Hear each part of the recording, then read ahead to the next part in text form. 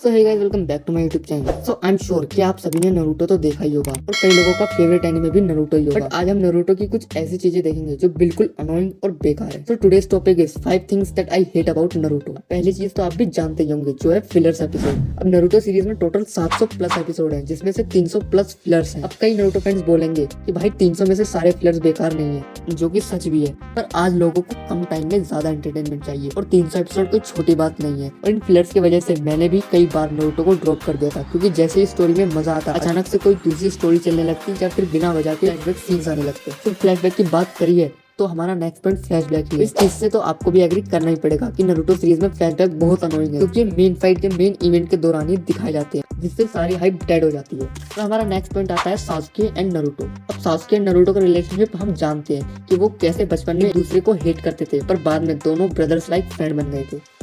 But फिर सासुके को Naruto से जलन होने लगती है और सासुके स्ट्रॉन्ग बनने के लिए ओरोचिमारू के साथ चला जाता है। अब दोनों के अंदर एक दूसरे के लिए रिस्पेक्ट तो थी, बट वो कभी असल में दोस्त नहीं थे। अब पूरी सीरीज में ऐसा कहीं नहीं दिखाया जाता सासुके नारुतो को अपना दोस्त मानता है। वो बस अपने भाई इताची के लिए हमेशा लड़ता रहता था और नारुतो को हमेशा सासुके को वापस लाना बहुत ही अनोइंग और फ्रस्ट्रेट लगने लगा था। और आपने भी इन दोनों के रिलेशन पे कई मीम्स भी देखे होंगे। सो अगर आपको पता है कि नारुतो सासुके को वापस क्यों लाना चाहता था तो नीचे कमेंट करके जरूर बताना।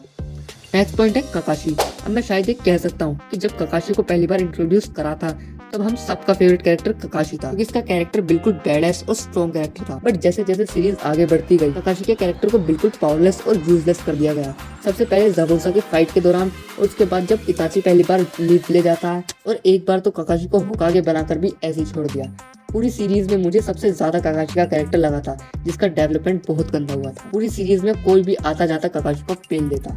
और हमारा लास्ट पॉइंट है Ninja war arc. So I know कि सीरीज का सबसे बेस्ट आर्क भी यही है, बट इस वॉर में अगर आप देखें तो सिर्फ गिने चुने ही मूवमेंट्स हैं जो आपको बढ़िया लगे हों। और एक वॉर काफी बड़ी होती है, पर इतनी भी बड़ी नहीं होती। जब मैंने नारुतो शिपुडेन देखना शुरू करा था तब मेरे दोस्त ने मुझे यही कहा था कि बस तू वॉर देख। बट जैसे वॉर शुरू हुई तो स्टार्टिंग में मुझे मजा आ रहा था, बट बीच बीच में ऐसी फाइट है जो मुझे बिल्कुल बोरिंग लगने लगी थी और इन फाइट को मैंने पूरा स्किप कर दिया था।